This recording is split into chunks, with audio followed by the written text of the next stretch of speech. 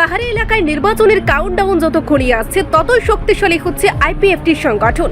মন্ত্রী শুক্লাচরণ নোয়াতিয়ার রাজনৈতিক দূরদর্শিতার ফলেই পাহাড়ে আইপিএফটির ভিত আরও মজবুত হচ্ছে বলে দাবি নেতৃত্বের।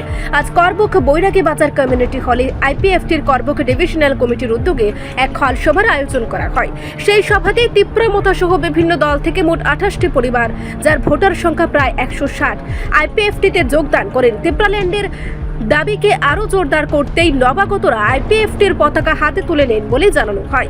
নবাগতদের হাতে দলীয় পতাকা তুলে দিয়ে আনুষ্ঠানিকভাবে দলে বরণ করে নেন আইপিএফটির কেন্দ্রীয় কমিটির এজিএস তথা মন্ত্রী শুক্লাচরণ নোয়াতিয়া, আইপিএফটি যুব সংগঠনের কেন্দ্রীয় কমিটির সহ সম্পাদক প্রণব ত্রিপুরা সহ অন্যান্য নেতৃত্বরা। প্রায় 28 পরিবারের 116 ভোটার তারা নতুনভাবে বিভিন্ন দল ছেড়ে আমাদের আইপিএফটি দলে সামিল হয়েছে। আজকে যারা নতুনভাবে যারা যোগদান হয়েছে, আমাদের বিভিন্ন চাকমা কমিউনিটি রয়েছে, ম কমিউনিটি রয়েছে, উচ্চই কমিউনিটি রয়েছে।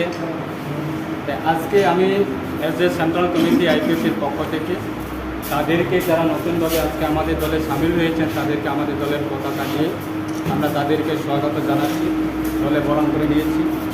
এবং উপস্থিত আছেন আমাদের যুব সংগঠনের রাজ্য কমিটির অন্যতম সদস্য প্রণব ত্রিপুরা মহোদয়, মহিলা সংগঠন আমাদের আইপিএফটির রাজ্য কমিটির সাধারণ সম্পাদিকা প্রশান্তি রিয়াং মহোদয়া, এবং আমাদের ছাত্র সংগঠনের রাজ্য কমিটির সভাপতি যোগেন্দু জমাতিয়া, বিভাগীয় প্রেসিডেন্ট থেকে শুরু করে বিভাগীয় সমস্ত কার্যকর্তা এবং নেতৃবৃন্দ যারা আছেন, আমরা সকলের উপস্থিতিতে আমরা নতুনভাবে যারা আমাদের দলে সামিল হয়েছে তাদেরকে আমরা বরণ করে নিয়েছি।